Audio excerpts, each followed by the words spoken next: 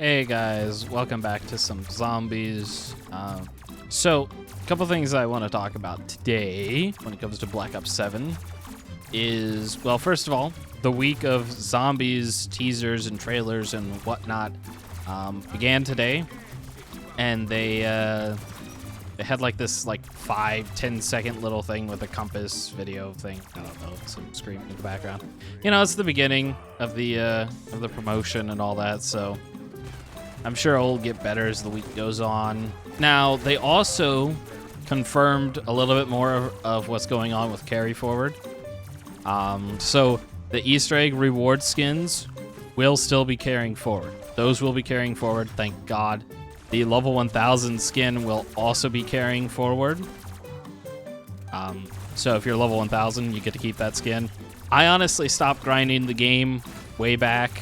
It's like, I got to level 300 before the new year, and then I just kind of stopped, and then I picked it back up again with, you know, each of the zombie maps. And then we went through that long period where there was no new zombie map, and I didn't really play during that time. And also, the game had a bit of a performance issue for a while.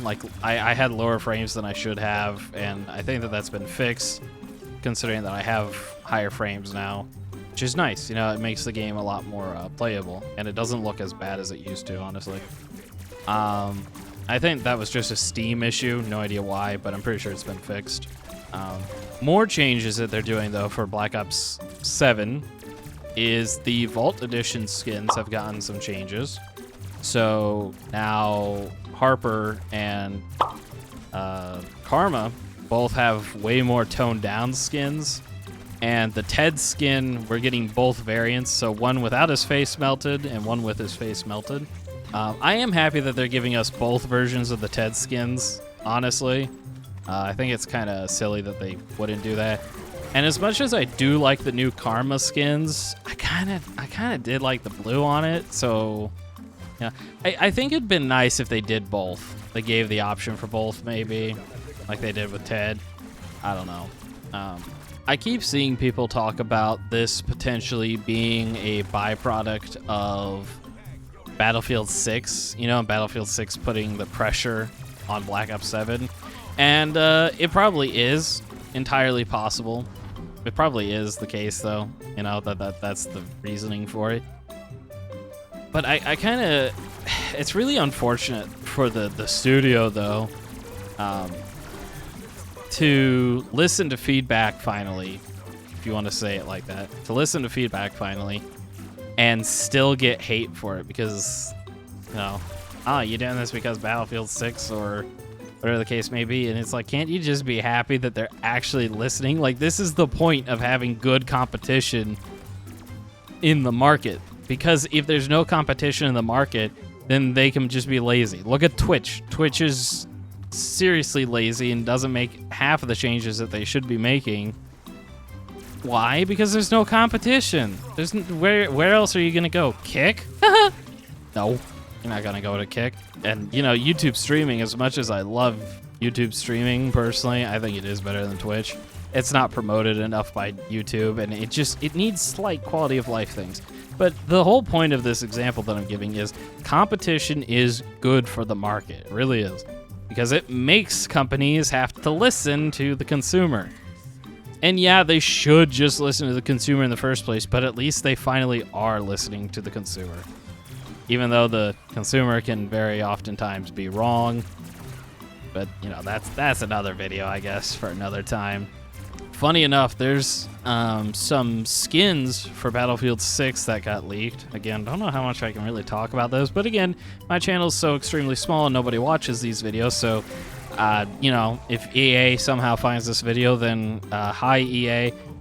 Anyways, there's some skins for Battlefield 6 that are, like, more green, like they have green stuff on them. I don't know if that's a monster crossover or something. I don't really know what the deal is with that. But and people are not happy about it, which is really bizarre to me because they're not even extremely wild skins. They're just like black and green, which is a pretty nice color palette in my opinion.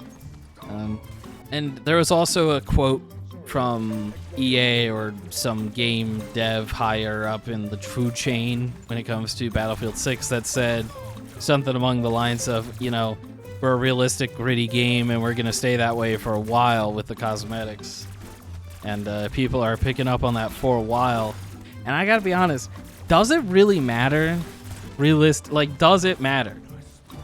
Does it really matter? Milsim skins just don't sell that well. Like, they really don't. I mean, there's no real enticement to buy them. They're just like, you know, your everyday, like, military-looking cosmetic. It's not really that enticing to buy, in all honesty. And while I'm not, like, against nor am I for Milsim, I don't really care one way or the other. The thing that really bugs me is operators. And I only mean that in terms of, like, I don't care about their backstories. I don't care about their lore. I don't care about them having quips. Like, I don't honestly care about that. But that doesn't mean that I want Milsim skins either, though, because honestly, they're really boring. I'd rather not have them, honestly. So, you know, if they're going to do some, like, Christmas event skins or something like that, I wouldn't be shocked by it. I'd actually probably enjoy that. And there's this one, I'm pretty sure it's Christmas related, skin in Battlefield 2042, and it's not even that extreme of a skin, and people, you know, treat it like it's Satan or something. And it's just so weird to me, because again, these are the same people that aren't that great at the game. I gotta be honest. Like, I feel like the more you honest to God care about the game being Milsim, the worse you are at the game. That's honestly how I feel about it. And if you want to, like, if you look at the Beavis and Butthead skins and all that, right? The free skins that usually are just given out to people, and people just click or equip unknowingly, or however you want to phrase it, whatever the case may be, you know, ooh, shiny press button. Those people are normally the freest kills ever. So why are you complaining about seeing them like 10 times easier when they're just really the freest kill in the game? Which is kind of why I say that I feel like the more you care about Milsim, the worse you probably are. You know, it's not always the case, truth be told, but it's just the pattern that I see. You know, me am noticing. You know, and I just don't understand the care for it. I really don't. I really don't. But yeah, Battlefield 6 is definitely making Black Ops 7 make some better choices, might one say. I think the Black Ops 7 hate's kind of unwarranted, especially considering that we've hardly seen the game yet, and we don't really know anything about it. We haven't played it at all. And so I can't really, you know, the hate really isn't that warranted. I think COD works best when it's futuristic. I really do. I think that that's when it shines the best. Although I do still think Black Ops 3 is the weakest of all the futuristic titles. You can hate me in the comments all you want. The only thing that's really great about that game is the zombies, and it's hard carried by Chronicles, in all honesty.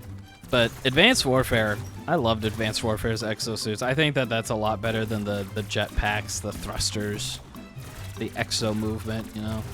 I think it was a lot better done. Well done.